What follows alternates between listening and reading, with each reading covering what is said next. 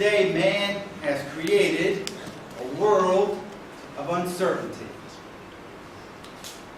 50% of all our fish species are gone. 96% of all the sharks that swim around Australia have been killed. The bluefin tuna is disappearing. Have you heard this? A 100-year-old proverb. An apple a day keeps the doctor away.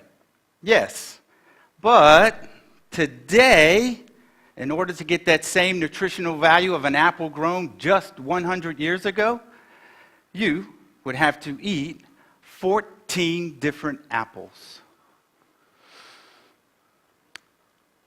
The United Nations projects that in the next 20 to 25 years, we will have to create 1 billion new jobs.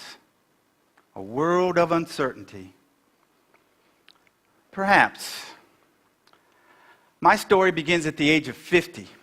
After years of trying to fit into the so-called normal world of education and pursuing a professional career, I was asked to retire. I declared myself legally blind. I moved to the state of Hawaii, sunshine and cool breezes. I learned how to surf, swim the ocean. Hawaii truly is paradise. Aloha. I lasted 22 days on those sunny, sandy beaches, and then it was time for me to get back to work. But what field of endeavor would I go into? I've tried many things. Being visually impaired can be frustrating. My friend told me about willing workers of organic farming. Basically, it's like this. You go to an organic farm, you work 3 or 4 hours, they give you a nice farm-fresh lunch. At the time, there was a new natural plant-growing process called aquaponics. Aquaponics. Now, think, if you will, of an aquarium. Rocks, water, fish, charcoal filter, air pump, water pump. An aquarium, yes? Now, imagine, if you will, a huge aquarium. 10, 15, 20,000 liters of water. 1, 2, 3,000 fish. We move that water using an air pump. It revolutionized the aquaponics industry into a box filled with rocks. The microorganisms, bacteria, and composting worms live in the box. This is your biofilter.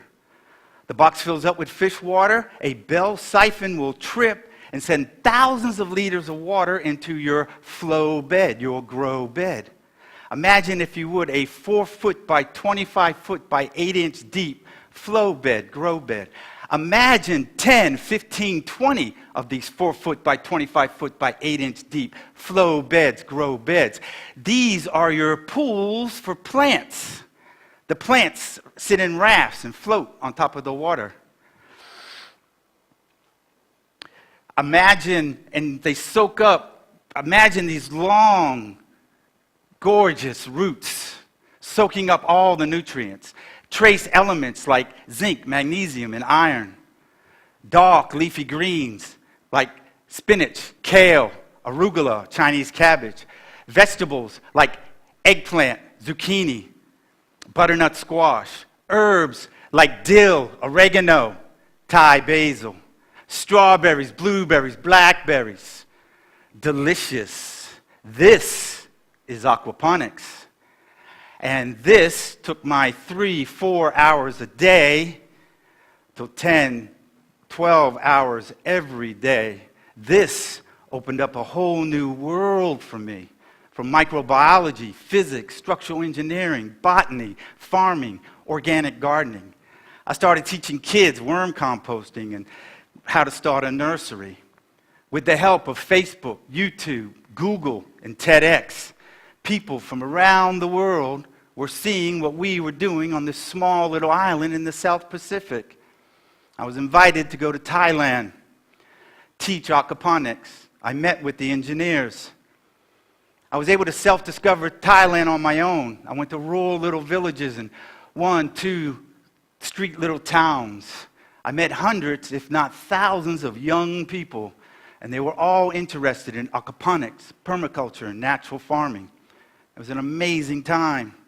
The young people would say, "Bobby, you come to Thailand and you live with us. You show us how it grows."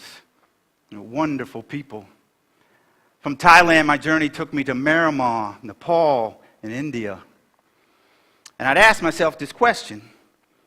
I have all this aquaponics knowledge. I have world experience in these developing countries. How does it combine? How can I make a difference? A friend of mine told me about kanthari. I know what you're thinking. How does aquaponics and social change agent combine? How does aquaponics and being a social entrepreneur, how does that work? Let me share with you what I learned at Kanthari. In order for social change to happen in our society, 3 groups must come together. 1, political opportunities. Rules, regulations, policies, and procedures must be set in place to protect the plants we grow and the food we eat. 2, organizational infrastructure. Startup businesses, farmers markets, organic restaurants, natural cosmetic salons, businesses must be in the community thriving. And 3, engaged people. There must be excitement in the neighborhood. People must be involved and interested in the activities that are happening in their community. There must be a buzz in the air. A world of uncertainty. I founded Earth Aquaponics. Earth Aquaponics learning centers will bring education, training, and employment opportunities to the young people who live in the margins of our society. We will show them how to make herbicides, pesticides, insecticides, and fertilizers with simple ingredients like molasses, vinegar, and white rice. We will partner with NGOs who have beneficiaries already interested in becoming natural organic farmers, a profession that is sustainable, successful, and has an earth ethic. Now, can aquaponics solve all the world's problems? No. Can it show us how Mother Nature works and grows? Yes.